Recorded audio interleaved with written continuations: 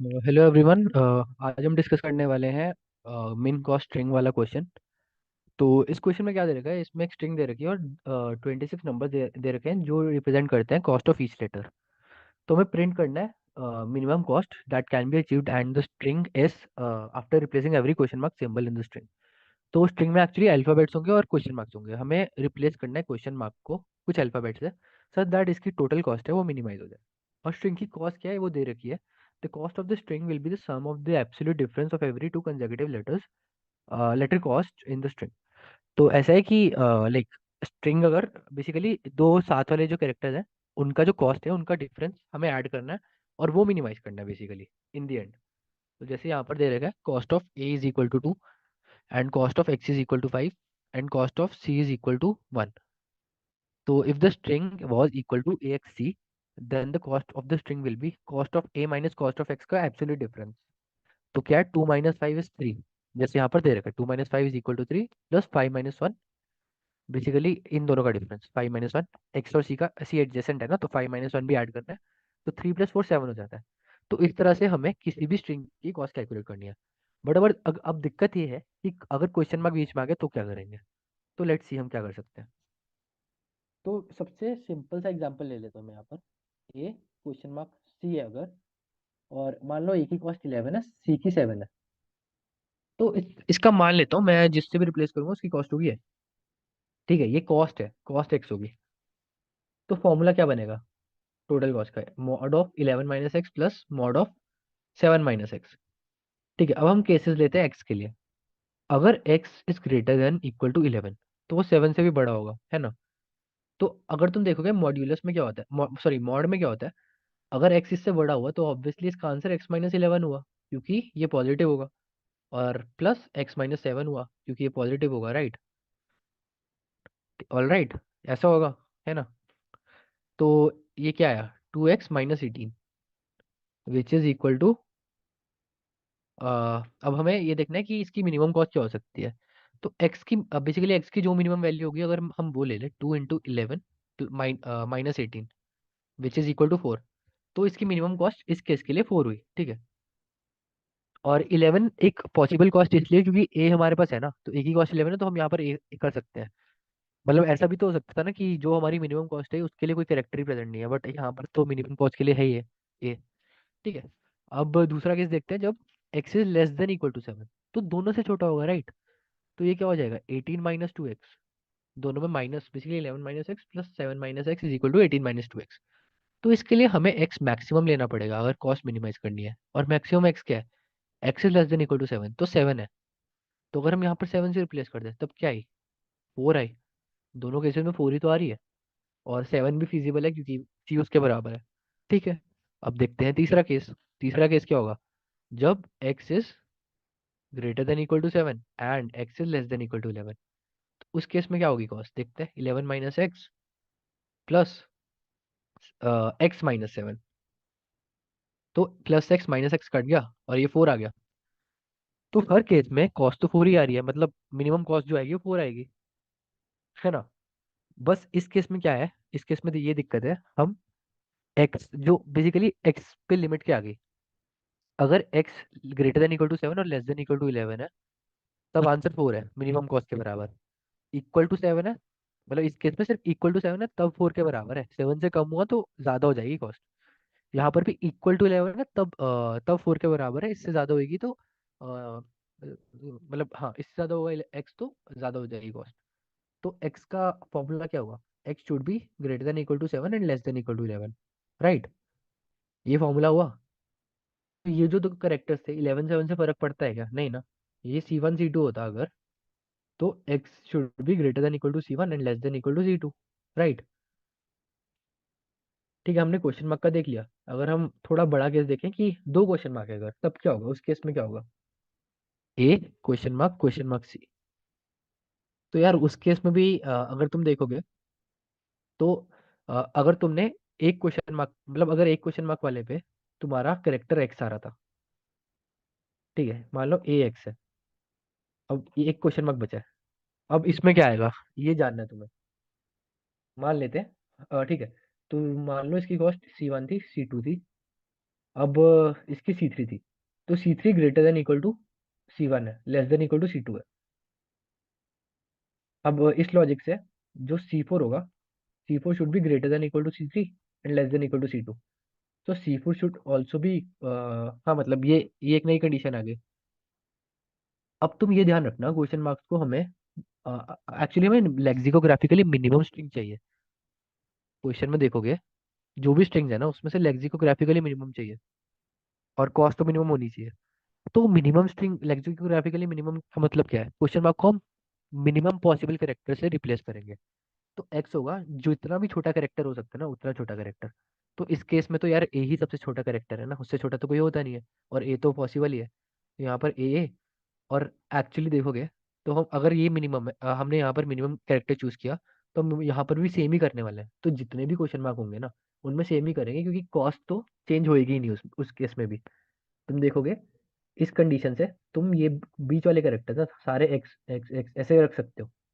अगर ए और सी के बीच में बहुत सारे क्वेश्चन मार्क्स भी है ना, तब भी सेम ही कैरेक्टर होगा जो मिनिमम होगा, और जिनकी कॉस्ट C1 से बड़ी होगी और C2 से छोटी होगी। सिंपल। ठीक है, इसका लॉजिक तो सिंपली आ रहा है, मतलब ज्यादा मुश्किल है नहीं इसका लॉजिक। इस केस के लिए भी देख लेते हैं एक बार क्या आंसर आएगा हमारे लॉजिक से। ठीक है, तो इस केस में क्या है, A B C question mark E F question mark G H, I guess यही है। हाँ, डी रह गया यहाँ पर। ठीक है, सबकी कॉस्ट भी देख लेते हैं एक बार फिर से।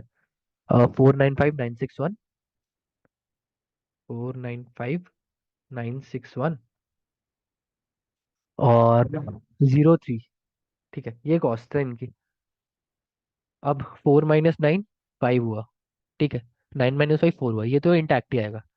अब यहाँ पर हमें 5 और 9 के बीच में क्या क्या कॉस्ट है हमें पता होनी चाहिए। ठीक है, तो एक्चुअली हमें यहाँ, सॉरी ये जीरो ही है, तो हमें यहाँ से पता नहीं चलेगा, हमें टेबल देखना पड़ेगा। तो 5 और 9 से बीच में जो भी सबसे छोटा कैरेक्टर है ना, तो वो देखना है। 4 5 से 9 के बीच में नहीं है, 9 5 से 9 के बीच में है, तो बी सबसे छोटा कैरेक्टर हो जो 5 से 9 के बीच में। तो मैं यहाँ पर बी यूज कर सकता हूँ यार, देखोगे तो यहाँ पर बी लगा सकता हूँ, बी लगा दिया। तो 5 - 9 क्या है, 4। 9 यहाँ पर भी अब दो भी है, 9 - 9 0, 9 - 9 0। देखो ये मिनिमम कॉस्ट ही आएगी, देखना किसी भी केस में देख लेना, हमेशा मिनिमम ही आएगी। 9 - 6 3, 6 - 1 5। ठीक है, अब यहाँ क्या आएगा, तो 1 और 6 के बीच में मुझे मिनिमम कैरेक्टर देखना है। 1 और 0, माय बैड ये जीरो है।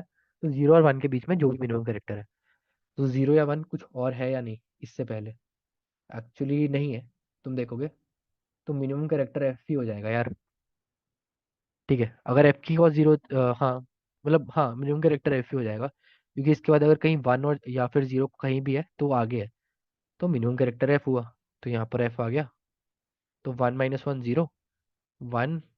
ठीक है, यहाँ पर भी 9 9 लिख लेता हूँ क्लैरिटी के लिए। तो 1 - 0 1, और 0 - 3 3।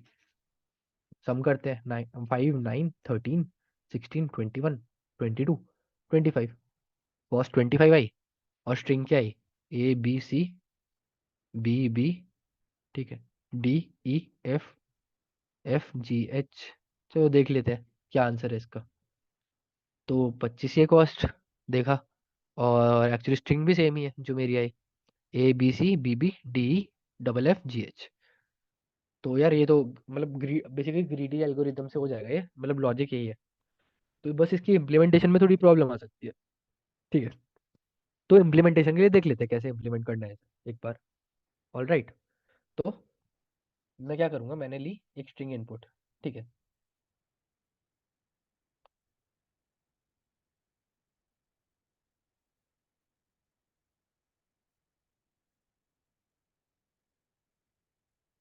एक मिनट। तो मैंने लिया एक स्ट्रिंग इनपुट। ठीक है, उसका साइज मैंने एन से डिफाइन कर दिया, और मैंने सबकी कॉस्ट भी ले ली एक वेक्टर ए में। ठीक है, इसके बाद मैं क्या करने वाला हूँ, मुझे ये सोचना है कि अब मैं क्या करूँ। तो तुम्हें बेसिकली किसी भी क्वेश्चन मार्क के लिए उसका लेफ्ट पे जो भी सबसे पहला करेक्टर आएगा वो देखना है, और राइट में जो सबसे पहला करेक्टर आएगा वो देखना है। वही वही बताएगा ना। क्वेश्चन मार्क पे कौन सी वैल्यू होगी, वो तो वही बताएगा ना कि लेफ्ट पे सबसे, लेफ्ट पे मतलब सबसे क्लोजेस्ट करेक्टर और राइट पे सबसे क्लोजेस्ट। तो मैं लेफ्ट और राइट का ना वन बाय वन करता हूँ।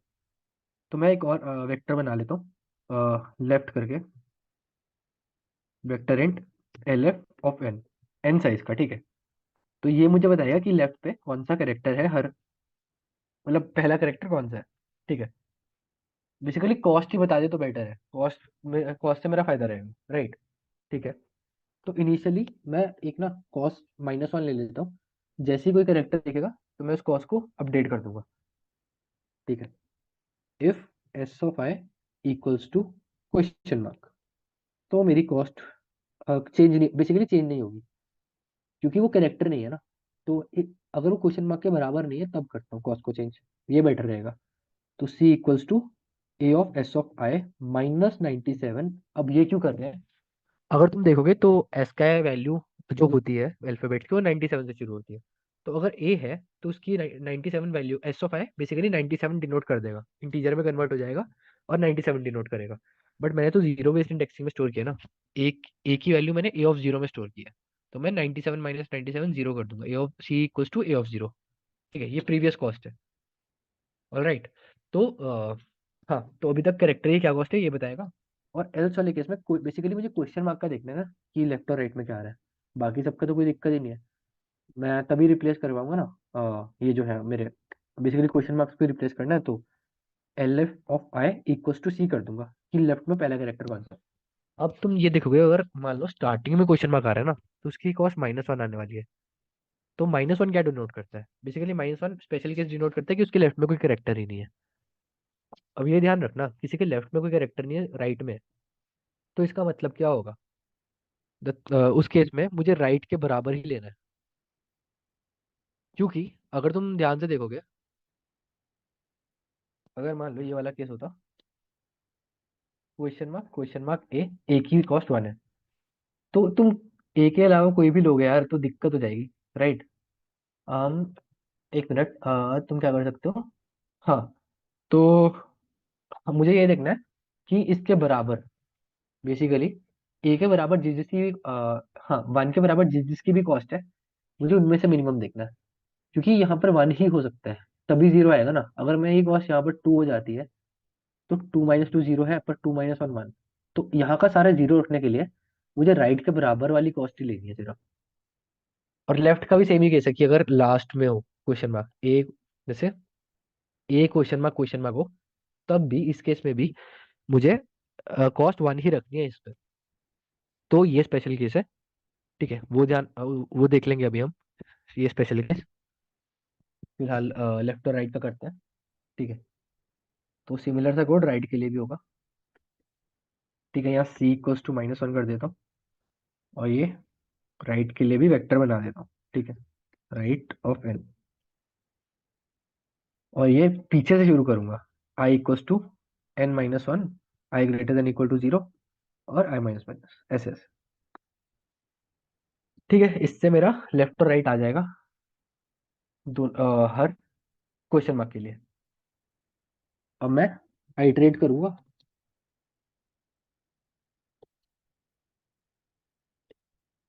और सबसे पहले तो ये देखूंगा if S of I equals to question mark, तभी मैं कुछ करने वाला हूँ इस पे।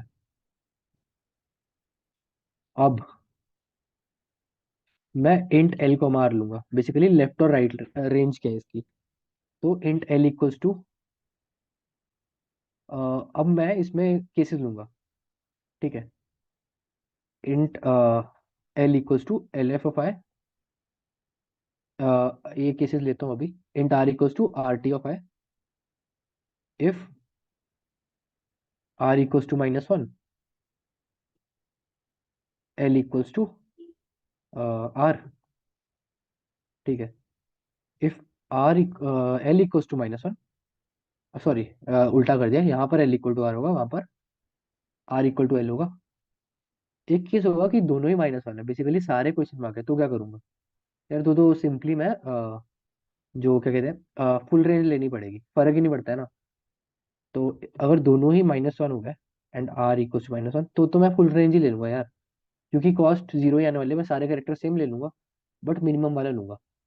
तो मैं फुल रेंज भी क्या है यार, मैं क्या करूँ इस पे। चलो फुल रेंज ही ले लेता हूँ। तो एल इक्वल्स टू 0 और आर इक्वल्स टू 1/5। एक्चुअली ये मैक्सिमम लिमिट 10⁵ है। तो आर इक्वल्स टू 1/5 कर दिया। ठीक है, ये केसेस मैंने हैंडल कर लिए सिंपली। अब मैं क्या करूंगा, एल और आर के बेसिस पे मैं बस आइटरेट करूंगा सबसे छोटे कैरेक्टर से सबसे बड़े कैरेक्टर तक। तो अगर इसकी जो कॉस्ट है, if A of J is greater than equal to L and A of J is less than equal to R, तो मैं क्या करूंगा, S of I equals to 97 plus J. क्यों? क्योंकि ये एस का वैल्यू है और एस का वैल्यू डायरेक्टली कैरेक्टर्स में कन्वर्ट हो सकती है। अगर आपको नहीं पता, आप एक बार गूगल मतलब इंटरनेट पे थोड़ा देख सकते हैं इसकी थ्योरी। बट ऐसा होता है कि हम इंटीजर को डायरेक्टली कैरेक्टर में कन्वर्ट कर सकते हैं एस का वैल्यू से। और अगर ये हुआ तो हमें ब्रेक कर देना है, क्योंकि हम एक ही कैरेक्टर असाइन करेंगे ना, बार बार थोड़ी करते रहेंगे। तो जैसे ही ये हुआ हमें ब्रेक कर देना है। इससे मेरी पूरी स्ट्रिंग चेंज हो जाएगी। अब मुझे सिर्फ कॉस्ट निकालना है। अब तुम ध्यान देना, जो स्ट्रिंग का साइज है ना वो 10⁶ तक है, और जो कॉस्ट है वो 10⁵ तक है। तो अगर तुम देखोगे तो इसकी जो लाइक रेंज है, फाइनल मिनिमम कॉस्ट, वो जा सकती है 10⁻11 तक। तो इंटीजर में नहीं हो पाएगा ये। तो मैं एल एल सी ले देता हूँ। और कॉस्ट तो बहुत ही सिंपल तरीके से हम कैलकुलेट कर सकते हैं, I equals to 1 I less than N. बस एडजेसेंट वाले देखना है। ठीक है, तो C plus equals to absolute of A of I minus, sorry A of S of I minus 97। ठीक है, ये ध्यान रखना है एस का value, A of S of I माइन आई माइनस 1, बेसिकली पिछला इंडेक्स माइनस 97। ठीक है, अब मैं करता हूँ सी आउट, सी ई एन डी एल। स्ट्रिंग भी करनी है आउटपुट, तो वो भी कर लेते हैं। ठीक है, तो यहाँ पर मैं कॉस्ट के लिए कुछ और लिख लेता हूँ, सी एस लिख लेता हूँ कॉस्ट के लिए। ठीक है, वेरिएबल सेम हो गया।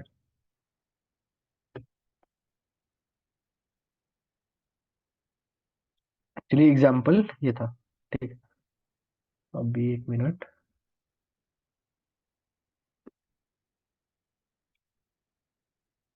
देख लेते हैं। पर ये एग्जाम्पल है जो दिया हुआ है साइट पे।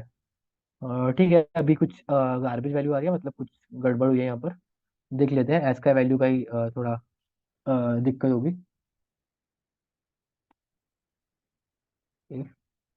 ठीक है, समझ गया। तो यहाँ पर एक्चुअली ए ऑफ जे नहीं, ए ऑफ एस ऑफ जे आना है।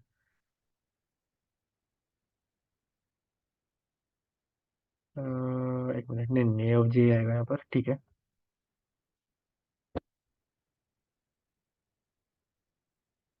हाँ। तो एक बार ना मैं जे प्रिंट करके देख लेता हूँ। बेसिकली अभी मैं डीबगिंग कर रहा हूँ कि क्या दिक्कत है इस कोड में, उसके लिए। तो स्ट्रिंग की लेंथ तो काफ़ी ज़्यादा एक्चुअली, हाँ ठीक है, स्ट्रिंग की लेंथ तो काफ़ी ज़्यादा है, बट ये 2 ही बार प्रिंट हो रहा है। तो इसका मतलब है कि कोड सिर्फ 2 ही बार रन किया। That is not good. Let's सी।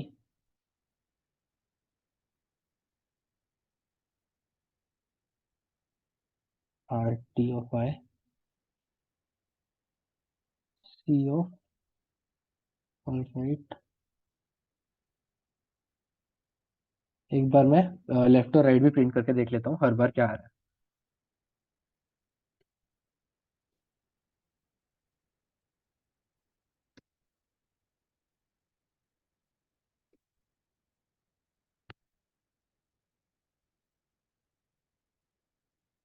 तो वो 3 ही क्वेश्चन आ गए। ठीक है, 3 बार तभी आ रहा है। और इसमें 5 और 9 है, ठीक है, बिल्कुल सही। और इसमें 1 और 0 है, ये भी बिल्कुल सही है। अभी तक कोई दिक्कत नहीं है इसमें। ठीक है, वहां तक सही है। इफ एंड ठीक है, ये वाले केसेस तो नहीं होने वाले हैं। अब मैंने सारे करेक्टर्स लिए। मैं यहाँ पर भी देख लेता हूँ एक बार, सी आउट जे करेक्टर क्या आ रहे हैं। हम्म यहाँ पर मैं देख रहा हूँ तो ठीक है, एक क्वेश्चन मार्क रिप्लेस नहीं हुआ है, तो उसी में मुझे दिक्कत लग रही है कि एक क्वेश्चन मार्क रिप्लेस नहीं हुआ है, वही कुछ दिक्कत है। All right got it. Actually हमें ये नहीं पता ना एल ज्यादा है कि आर ज्यादा है, तो मैंने तो एल से आर में रेंज ले ली, जबकि लाइक ऐसा हो सकता था ना कि लाइक अगर एल ज्यादा है तो कुछ लेगा ही नहीं ना। तो मुझे क्या करना है, if L is less than R तो मैं स्वैप कर दूंगा दोनों को। ठीक है, ये माइनर माइनर से दिक्कत आ जाती है कोड लिखते हुए, तो इम्प्लीमेंटेशन का हमेशा ध्यान रखना है कि कैसे तुम लाइक कोड को ठीक कर सकते हो। ठीक है, अभी सॉरी, दूसरे केस में होगा if L is greater than R.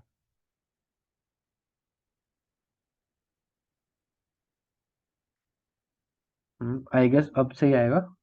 तो इसमें आ रहा है, हाँ, तो सही आ रहा है, देखोगे अब आंसर सही आएगा। तो ये माइनर से दिक्कत थी इस अ, तो अब ये कोड सही चलेगा। देखोगे 25 ही आ रहा है, और एग्जैक्टली स्ट्रिंग मैच कर रही है वहां पर, ABCBBDEFFGH। ठीक है, और एक केस ले लेते हैं अगर स्टार्टिंग में क्वेश्चन मार्क हो तो क्या आएगा, तो वो भी इंपॉर्टेंट है। तो इस केस में एक्चुअली बी ही आना चाहिए, और बी ही आएगा। और कॉस्ट भी 5 से कम होनी चाहिए, बिकॉज 9 - 4 का डिफरेंस था यहाँ पर स्टार्टिंग में, तो 5 से कम हो जाएगी क्योंकि यहाँ पर भी बी आ जाएगा। ठीक है, अगर यहाँ पर बी की जगह डी होता, मान लेते हैं, तो भी एक्चुअली बी आना चाहिए था स्टार्टिंग में, डी ना आए। मतलब डी आएगा तो गलत हो जाएगा, बी आना चाहिए। तो इस केस में भी कॉस्ट सेम रहेगी, बी, हाँ, सही काम कर रहा है। तो मैंने कुछ केसेस पे रन करके देख लिया कि सही काम कर रहा है, अभी मैं सबमिट करके देखता हूँ इस कोड को कि सही आ रहा है या नहीं।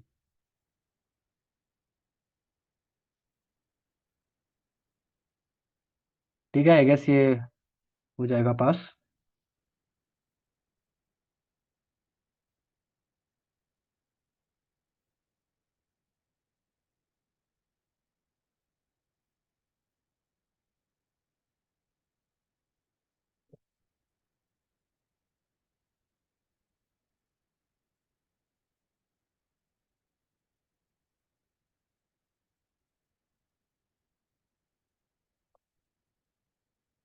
ठीक है, तो पास हो गया। तो इसका कोड यही है और इम्प्लीमेंटेशन भी ऐसी है, और आई गेस आप लॉजिक समझ गए होगे। तो थैंक यू।